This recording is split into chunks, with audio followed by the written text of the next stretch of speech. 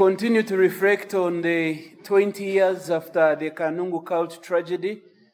It's very easy to look back and say, wow, it happened, and maybe even to wonder, but how could it happen? There must have been something wrong with those guys. But when we look around and we turn left, right, and we see each other, we wonder, are we past the threat? Are we really confident that we are different from the believers who, in the name of faith, perished?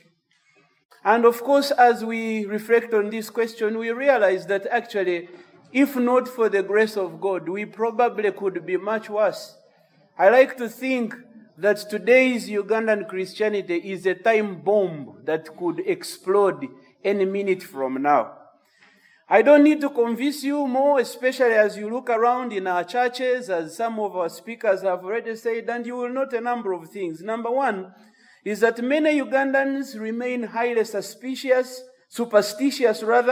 and prone to uncritically embrace new religious movements, easily following after anyone who claims to have strong spiritual powers or quick, painless solutions to the serious problems in life today.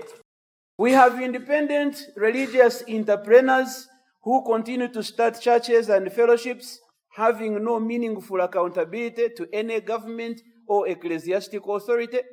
This lack of oversight enables them to con followers who are trusting out of their money, their property, some even their virginity with near impunity. While making extravagant promises of healing and success, too often they mainly enrich themselves.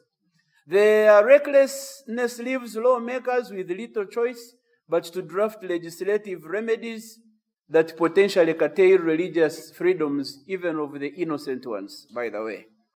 Politicians are not exempt. Prominent government officials, inclusive and other of high social standing, continue to participate in high-profile events organized by dubious religious groups, thus encouraging the general public to think that these organizations are wholesome and safe. In other cases, you have foreign religious groups gaining influence in government agencies and circles, enabling them to win favors and thereby infiltrate state-sponsored programs, including Uganda's education systems themselves. We still have mainstream religious leaders who are disillusioning their members with highly visible personal disputes and financial and sexual scandals. We've already had some of those who are now claiming marriage vows are satanic.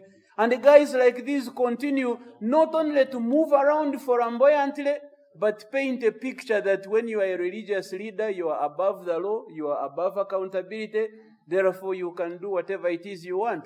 And as long as people still have that sense that they can do whatever they want and that religion is outside the domain of government scrutiny, then we continue to remain a time bomb that is just waiting to explode.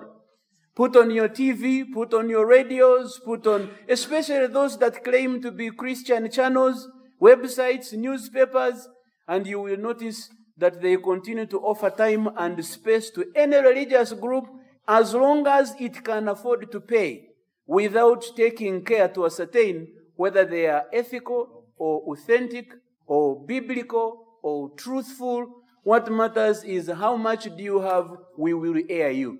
So today you will have lots of so-called Christian channels and stations that are broadcasting what I would call disguised occultism or Christianized witchcraft in the name of faith. And while we still have these realities around us, what is to stop another Kanungu or something much worse from happening to us?